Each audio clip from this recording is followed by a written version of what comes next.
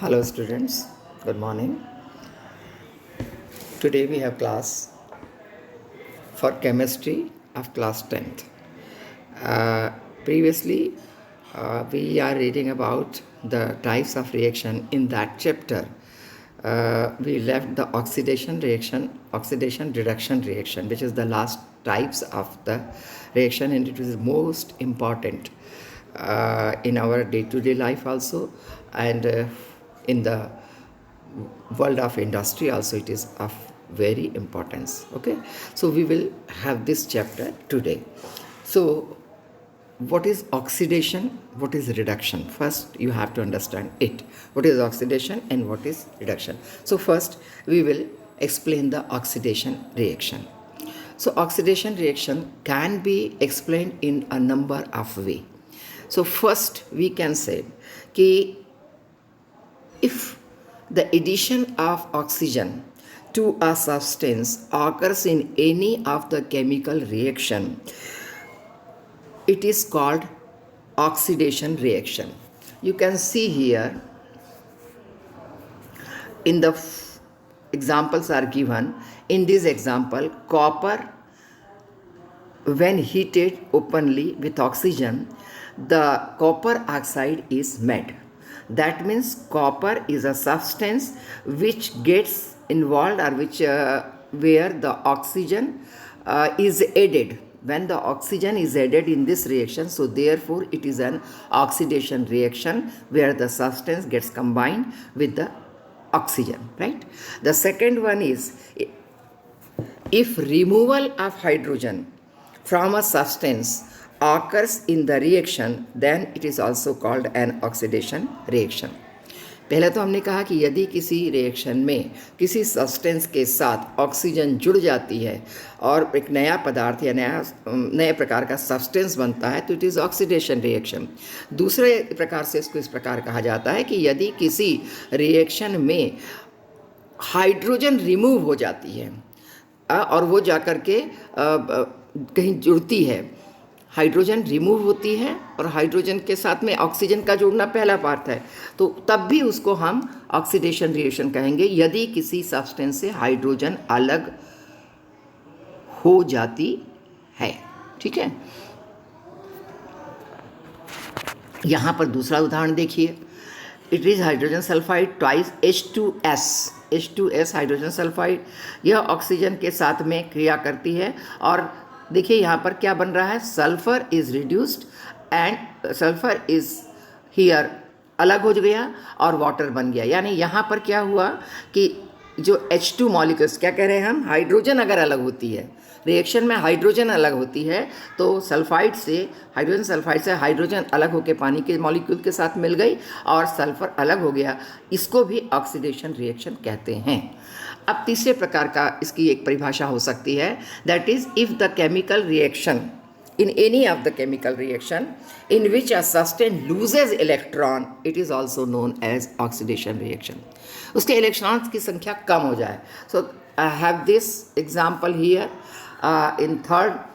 यहाँ जिंक को जब इलेक्ट्रोप्लेट किया जाता है तो जिंक के इनका इलेक्ट्रिफिकेशन हो जाता है, इलेक्ट्रोलाइसिस जिसको कहते हैं होता है. और Zn जो कि हमेशा आप जानते हैं metal, it is with plus charge और इलेक्ट्रॉन्स, दो इलेक्ट्रॉन्स इससे अलग हो जाते हैं और इस तरीके से इसमें इलेक्ट्रॉन्स लूज़ होते हैं या कहना चाहिए कि आयंस लूज होते हैं. इस प्रकार के भी रिएक्शन को ऑक्सीडेशन रिएक्शन कहा जाता है. So this is about the oxidation reaction. अब दूसरा जो प्रकार है दैट इज रिडक्शन रिएक्शन, उस पर आइए. तो रिडक्शन रिएक्शन को हम देखेंगे. रिडक्शन रिएक्शन को भी इसी तरह से हम अलग अलग आधार पर डिवाइड कर सकते हैं. The first is when addition of hydrogen to a substance happens, it is a reduction reaction. मतलब किसी सब्सटेंस में यदि हाइड्रोजन जुड़ जाती है तो वह रिडक्शन रिएक्शन हो जाता है. अब इसका उदाहरण आप देखिए. Example is given here. It is sodium. Sodium जब हाइड्रोजन के साथ रिएक्ट करता है तो यह सोडियम हाइड्राइड बनाता है. क्या बनाता है? Sodium hydride. Twice Na plus H2 is equal to twice Na H, ठीक है। तो यहाँ पर क्या हुआ, सोडियम के साथ हाइड्रोजन के जो आयंस थे वह अटैच हो गए। इसका मतलब हमारी परिभाषा के अनुसार according to this definition we can say that hydrogen is attached to sodium, therefore it is a reduction reaction, right. Come to the next, दूसरा क्या है देखिए, दूसरा है when there is a removal of oxygen from a substance happens in a chemical reaction, it is reduction reaction। जब किसी reaction में उससे ऑक्सीजन निकल जाती है, रिएक्शन में सब्सटेंस की ऑक्सीजन निकलती है, तब भी इसको हम रिडक्शन रिएक्शन कहते हैं। इसको देखिए, second example, twice KClO, it is potassium chloride, K is the symbol for potassium, तो KClO potassium chloride, ठीक है, O2 KClO2, इसको जब हिट किया जाता है तो यह क्या बनाता है, पोटेशियम क्लोराइड और ऑक्सीजन, पोटेशियम क्लोराइड ऑक्सीजन, यह डिफ्यूज होता है दो भागों में, potassium chloride plus oxygen, twice KCl plus thrice O2, oxygen इससे अलग हो जाती है। तो अकॉर्डिंग टू डेफिनेशन क्या है, if removal of oxygen happens from in the chemical reaction from a substance, उसको भी हम रिडक्शन रिएक्शन कहेंगे। तो चूंकि दिस पोटेशियम क्लोराइड से यहाँ पर ऑक्सीजन अलग हो जा रही है, therefore it is known as reduction reaction. तीसरा प्रकार होता है, तीसरी डेफिनेशन, जैसा हमने ऑक्सीडेशन में देखा, the process in which the substance gains electron, oxidation में lose electron, but in case in a chemical reaction कोई सब्सटेंस इलेक्ट्रॉन को गेन करता है तो इट इज नोन एज, या it is called as oxidation reaction. यहाँ पर भी आप उदाहरण देखेंगे, जैसे हमने देखा कि ऑक्सीडेशन रिएक्शन में इसने इलेक्ट्रॉन को लूज कर दिया, दूसरी तरीके से Zn+2 में जब उसको फिर से इरिवर्सिबल प्रोसेस होती है तो फिर से Zn बन जाता है। इन दिस स्टेप यह रिडक्शन रिएक्शन है, जबकि पहली स्टेप में यह ऑक्सीडेशन रिएक्शन है। समझ गए? तो this is how the we can distribute और we can identify the oxidation reaction and the reduction reactions, ठीक है। फिर अब हम देखेंगे वह पदार्थ या वह सब्सटेंस जो कि प्रोसेस में ऑक्सीजन को रिएक्शन के दौरान लूज करता है, छोड़ता है, it is called to be reduced, it is called to be reduced. तो ऑक्सीजन को छोड़ने, जैसे हमने देखा ट्वाइस KClO2 रिडक्शन में देखा ना हमने, तो यहाँ पर क्या हुआ, पोटेशियम क्लोराइड जो है, पोटेशियम क्लोराइड रिड्यूस्ड हो गया, ठीक है। और दूसरे प्रकार के सब्सटेंस जिसमें ऑक्सीजन गेन की जाती है उनको कहा जाता है ऑक्सीडाइज्ड सब्सटेंस। क्या कहा जाता है? Oxidised substance. हम पहले वाले उदाहरण में देख सकते हैं इसको कि copper when reacts heated with oxygen it gains oxygen, therefore we can say copper is oxidised. क्या कहेंगे इसको? Copper is oxidised. और इसमें क्या कहेंगे? इस वाले में कहेंगे chloride, potassium chloride is reduced, ठीक है।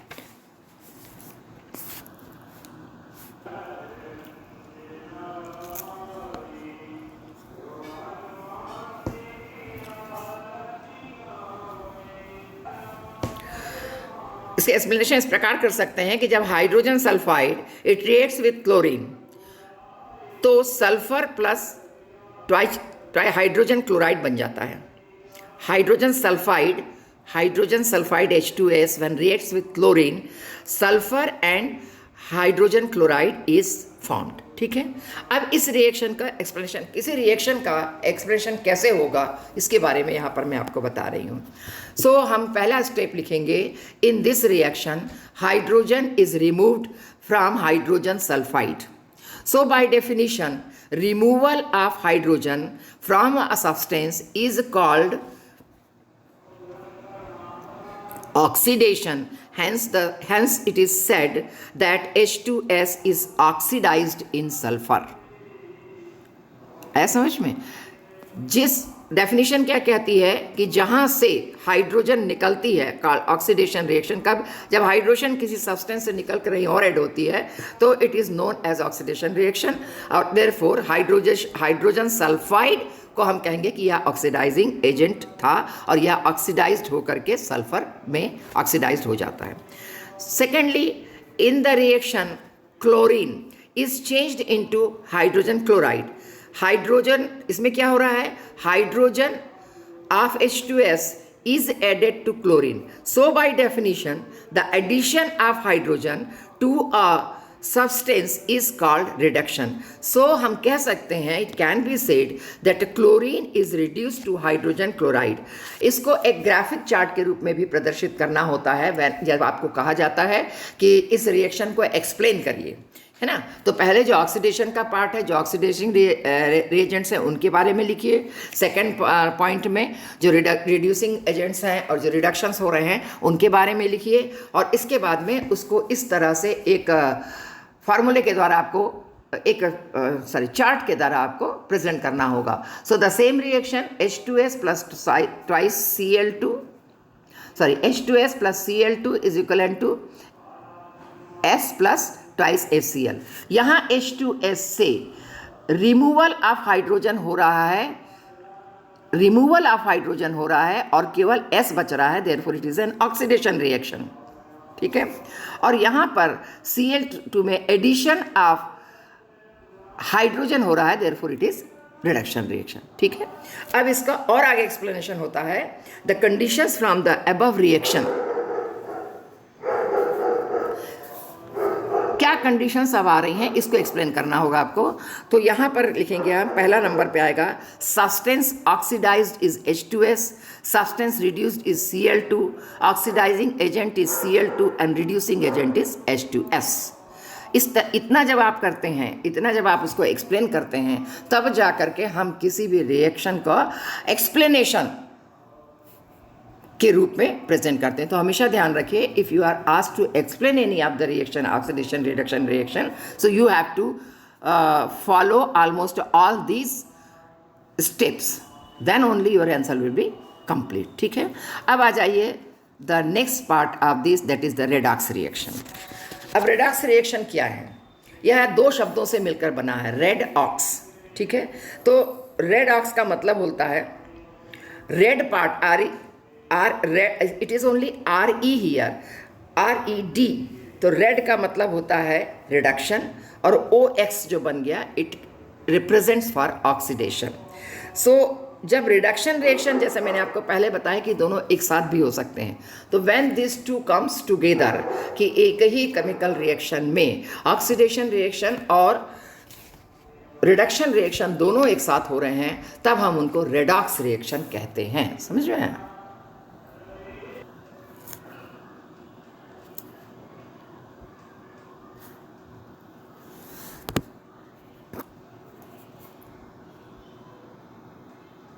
तो इस प्रकार से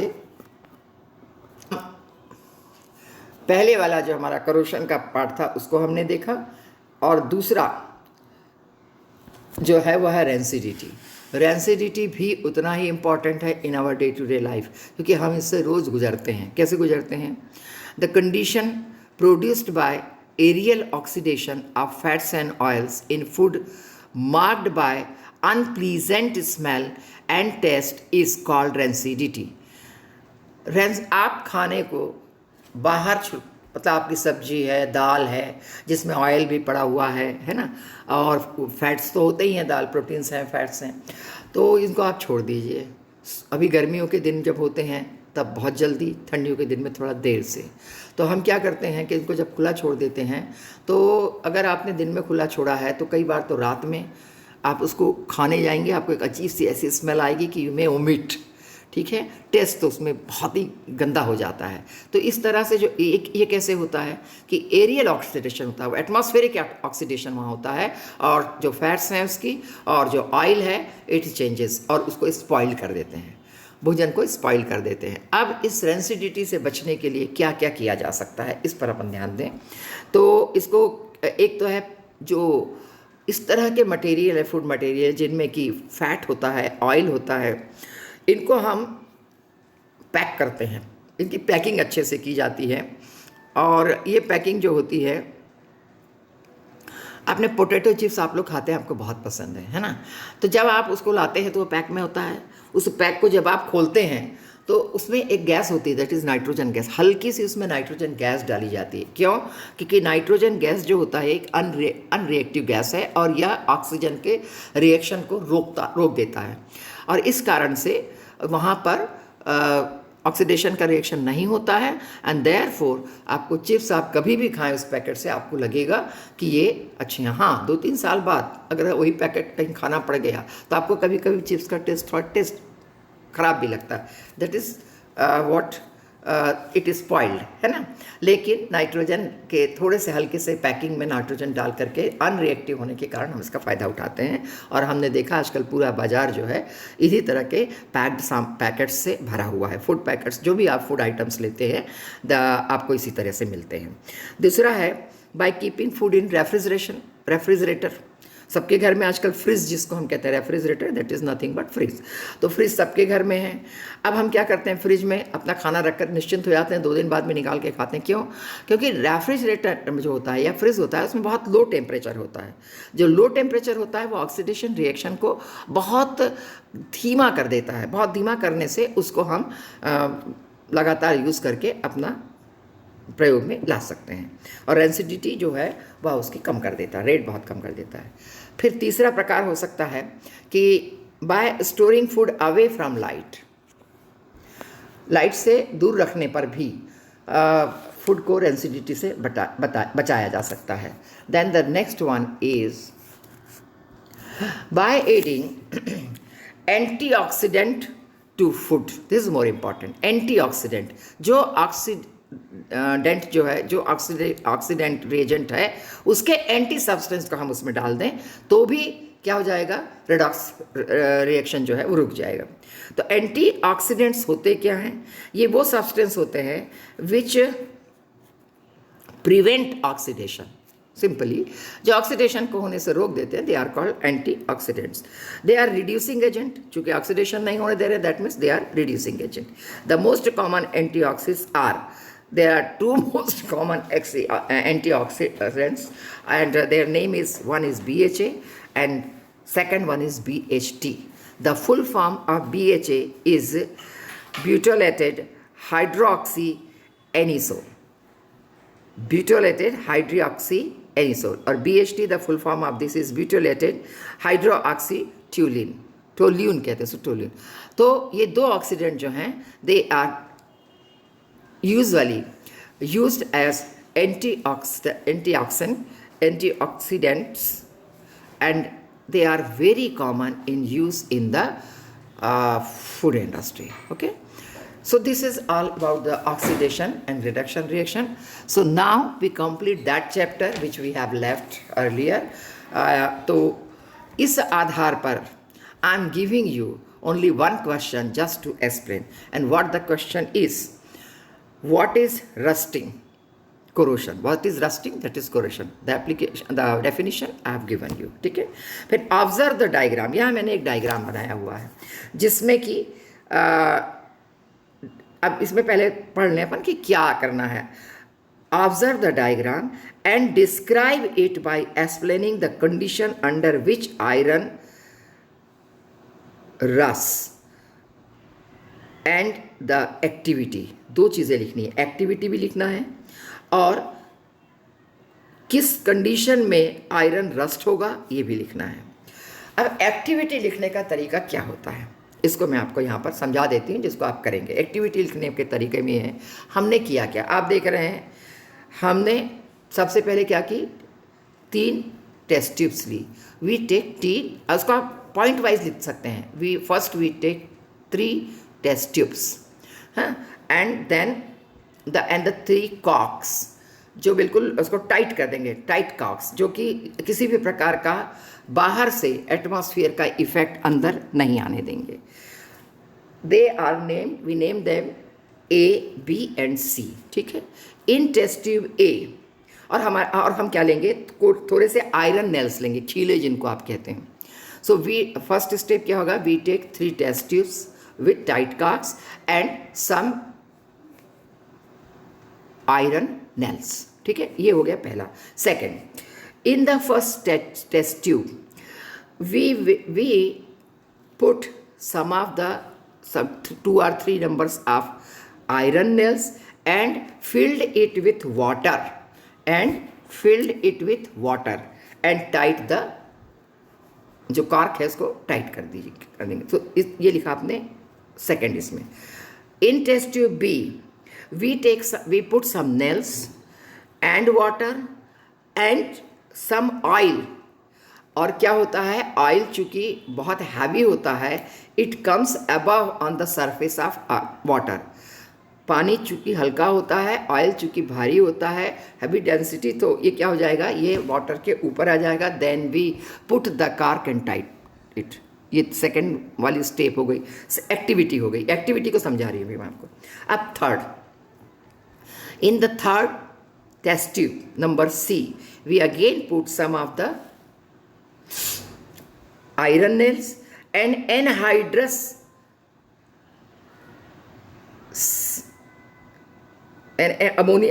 calcium chloride, anhydrous chloride, calcium chloride. ठीक है, अब क्या होगा, एनहाइड्रस कैल्शियम क्लोराइड CaCl2 आपने इसमें डाला और it is also the cork is put tightly.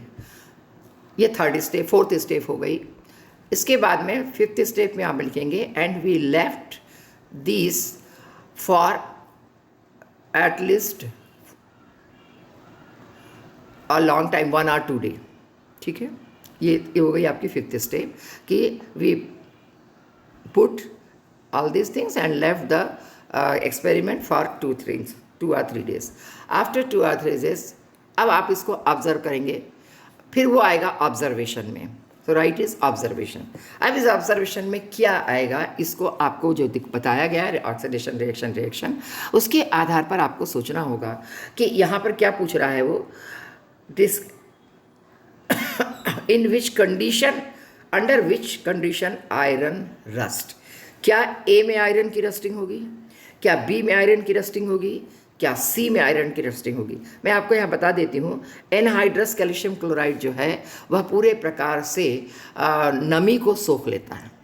Anhydrous क्यों, क्योंकि उसमें बिल्कुल भी नमी नहीं है। जब वो नमी को सोखेगा तो वो हाइड्रस हो जाएगा, उसमें हाइड्रोजन मतलब हाइड्रस होकर के वह नमी को सोख लेता है। तो यहाँ अब देखिए, यहाँ पर सी में नमी नहीं मिल रही है। कंडीशन क्या हो गई, एनहाइड्रस है इसलिए, और आपने कॉर्क को बंद कर दिया है तो क्या होगा, नमी नहीं मिल रही है।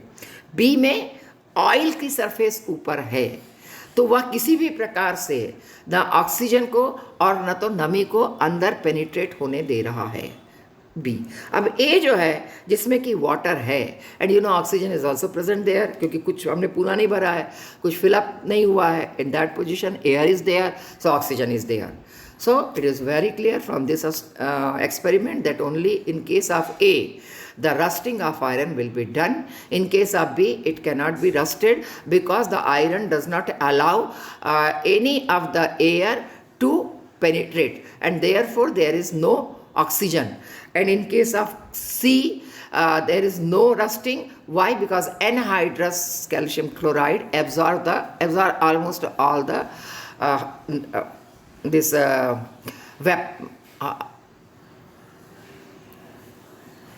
जो नमी होती है ना, उसको पूरा सोख लेगा।